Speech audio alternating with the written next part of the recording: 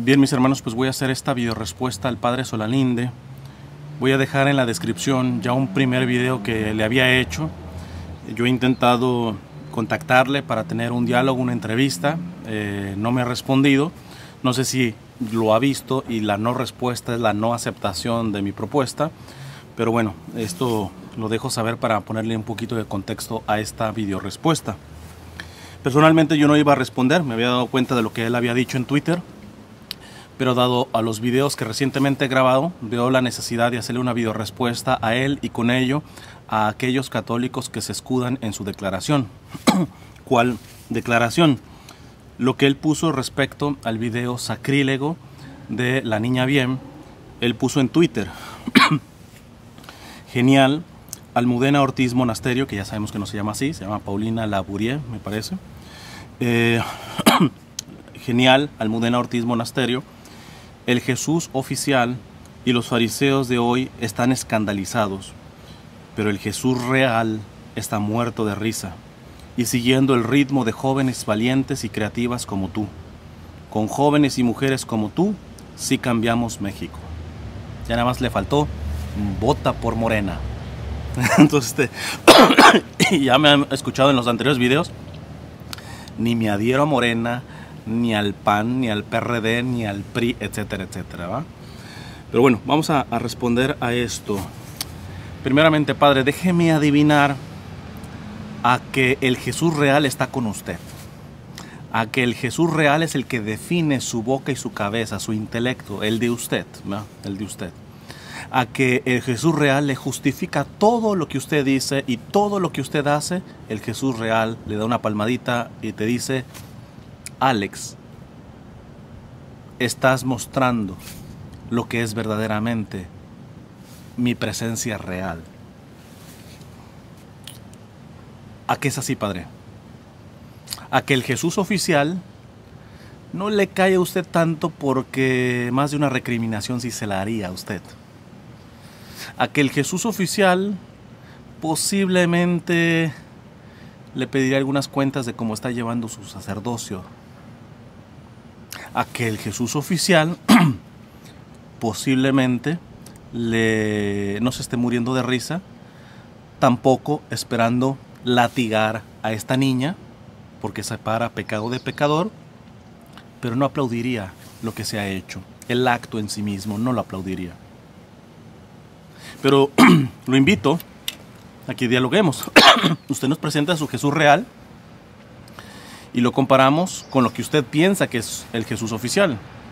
Porque yo también no creo en una postura de un Jesús oficial que cierto grupo de aburguesaditos, tanto en la jerarquía como en el pueblo de Dios, han tratado de exponer o promover. Un tipo de Jesús de dedo parado, ¿eh? Estamos claros que al menos yo, en ese tipo de Jesús, es que no tiene base para decir que Jesús sea eso, ¿eh? Pero si le parece, vamos adelantando un poco el diálogo y veamos lo que dice la Sagrada Escritura. Podríamos hacer interpretaciones exegetas y hermenéuticas, si me acepta el diálogo, para profundizar en su Jesús real de usted, pues ya nos metemos más a fondo. Me gustaría quedarnos tal cual en el texto, sobre todo porque usted sabe que cuando un pasaje del Evangelio lo repiten los sinópticos, o más aún lo repiten los 4 evangelistas, tiene un peso profundo, y más cuando se repite básicamente sin modificaciones.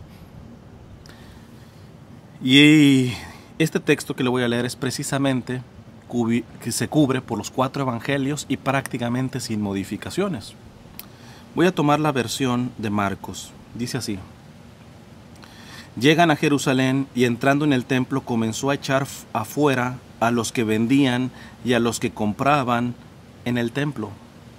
Volcó las mesas de los cambistas y los puestos de los vendedores de palomas, y no permitía que nadie transportara cosas por el templo, y les enseñaba diciéndoles: ¿no está escrito, mi casa será llamada, subraya esto, padre, casa de oración, no casa de reggaetón, no casa para campañas políticas de mi político favorito, casa de oración para todas las gentes, pero ustedes la tienen hecha una cueva de bandidos. Se enteraron de esto los sumos sacerdotes y los escribas y buscaban cómo podrían matarle, porque le tenían miedo, pues toda la gente estaba asombrada de su doctrina, y al atardecer salía fuera de la ciudad.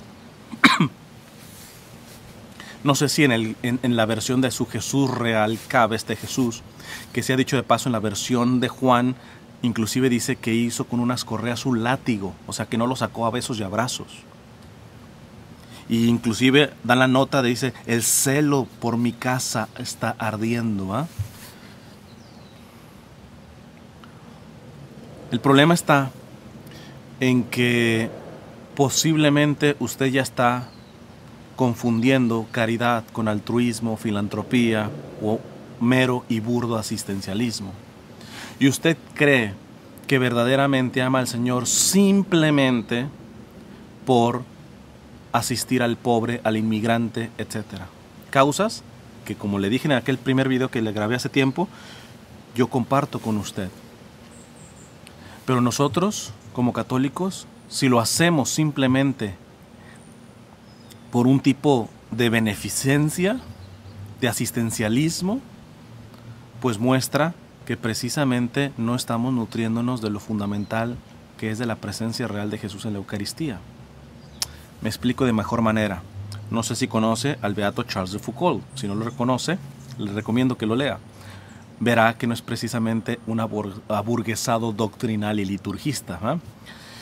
Pero este que estuvo con los pobres, siendo pobre, se atrevió a decir que no deberíamos de olvidar que la misma boca que dijo, esto es mi cuerpo, esta es mi sangre, es la misma boca que dijo, tuve hambre y no me diste de comer, tuve sed y no me diste de beber, fui inmigrante y no me recibiste y todo. ¿Verdad? Capítulo 25 de San Mateo.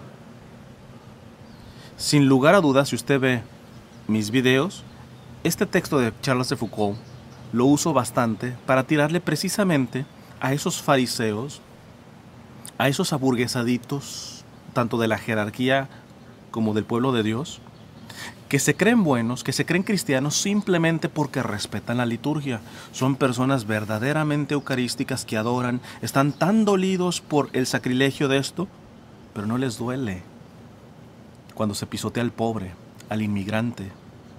Más aún, más de uno de ellos puede ser quienes pisotean al pobre con salarios de miseria, soportando políticas de capitalismo salvajes o de cualquier tipo de autoritarismo, sea socialista, comunista, lo que sea. Y en ese sentido yo le entiendo. Yo le entiendo que hay una tentación a asquearse del sentido de lo sagrado, de la liturgia, de lo sacramental.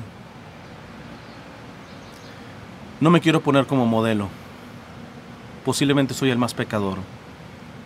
Pero si me acepta un consejo, tenga verdadera vida, humillada, humilde, constante, eucarística, y verá que la caridad que nos nace, la compasión que nos nace por el pobre, por el inmigrante, por el necesitado, toma otra dimensión tan amplia, pero tan amplia. Yo personalmente, aunque le aplaudo todo lo que ha pasado por nuestros hermanos inmigrantes, cada vez lo pongo más en duda. ¿Por qué? Porque como asistencialista ya se ganó su premio. De hecho, creo que lo estaban convocando para el premio Nobel, que se lo den. Lástima que usted no pelee también por la presencia de Jesús en la Eucaristía. Lástima que pareciera como que ya hay una dicotomía en estas dos presencias reales de Jesús. Y esto es una desgracia, Padre, porque nos abundan los católicos, muy de misa, muy de sacramentos, muy de oración, muy eucarísticos, que le digo, desconocen la presencia de Jesús en el necesitado. O si acaso la agarran con cierto tipo de aburguesamiento de estos asquerositos, como aquellos que dan frijol al pobre, frijoles que ellos no se comerían, y mucho menos se lo comerían en la casa de ese pobre, porque qué asquito, ¿va? Es decir, este tipo de católicos de decir, yo ayudo al pobre para calmar mi conciencia, pero no estoy dispuesto a asumir la pobreza de ese pobre, a tener verdadera compasión, compatir en griego, que es sufrir con, es mera lástima. Vamos a ayudarle a los pobrecitos, pero siempre está la línea, yo soy el que te ayuda, tú eres el necesitado. Qué lástima que tengamos eso, y qué lástima que del otro lado tengamos gente como usted. Que mucho el pobre, mucho el necesitado, y que le valga un reverendo pepino que se pisotee el lugar sagrado, que se pisotee la presencia de Jesús Eucaristía. Verdaderamente clamo a Dios para que nos dé santos como San Vicente de Paúl, como el cura de Ars, como el Padre Pío, personas profundamente eucarísticas, con un sentido de lo sagrado que no le permitían a nadie pisotearlo, pero que al mismo tiempo reconocían la bendita y hermosa presencia de Jesús en el pobre, en el encarcelado, en el hambriento, en el sediento, en el inmigrante, en el refugiado. Una tragedia, una tragedia. Y sepan los que están viendo este video que si tú eres un tipo de católico de estos puritanitos que creen que están bien con Dios mientras se confiesen, mientras van a la Eucaristía, muy adoradores, muy de doctrina, etc., y que ignoran y menosprecian a sus hermanos más necesitados, o los atienden, pero los atienden, les digo, desde esta postura aburguesada, yo soy el que te dona, pero no estoy dispuesto a simplificar mi vida, a tratar de tener verdaderamente un compartir con tus padecimientos, hermano, con tu necesidad. Simplemente te ayudo para calmar mi conciencia. Sepan lo que ustedes son los primeros promotores de gente como el Padre Solalinde.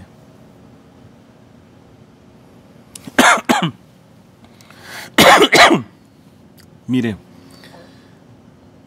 para mí, los verdaderos jóvenes valientes no son los que hacen las cosas que hizo esta niña. Y no la condeno a ella. Para mí simplemente ha sido una títere de gente que está con unas intenciones no muy claras que digamos. Además de que el Señor siempre nos invita a separar pecado de pecador. Pero si verdaderamente quiere ver gente que transforme a México, no cabe duda que los que transforman a México son precisamente los que se asemejan, por ejemplo, a los mártires mexicanos. Usted puede ver un San José María Robles, que le decían el loco de la Eucaristía, pero que tenía una compasión por el pobre, por el necesitado, muy en especial por los ancianos, ¿verdad? Esos son los jóvenes que necesita México. No necesita asistencialistas o activistas como usted, padre. Tampoco necesita doctrinistas, fariseos, liturgistas aburguesaditos. No necesita gente como Paulina que se deja manipular para poder pisotear el sentido de lo sagrado. Necesita gente como los mártires mexicanos, que verdaderamente entendieron que a Jesús lo tenemos que amar en su presencia eucarística, en el sentido de lo sagrado, y que también tenemos que amarlo en el más necesitado. Mientras haya gente que simplemente se apoltrone en alguno de los dos extremos, el mundo y la iglesia seguirá dando pena. Seguirá dando pena. Y creo que de eso Jesús no propiamente se está riendo. Que Dios le bendiga.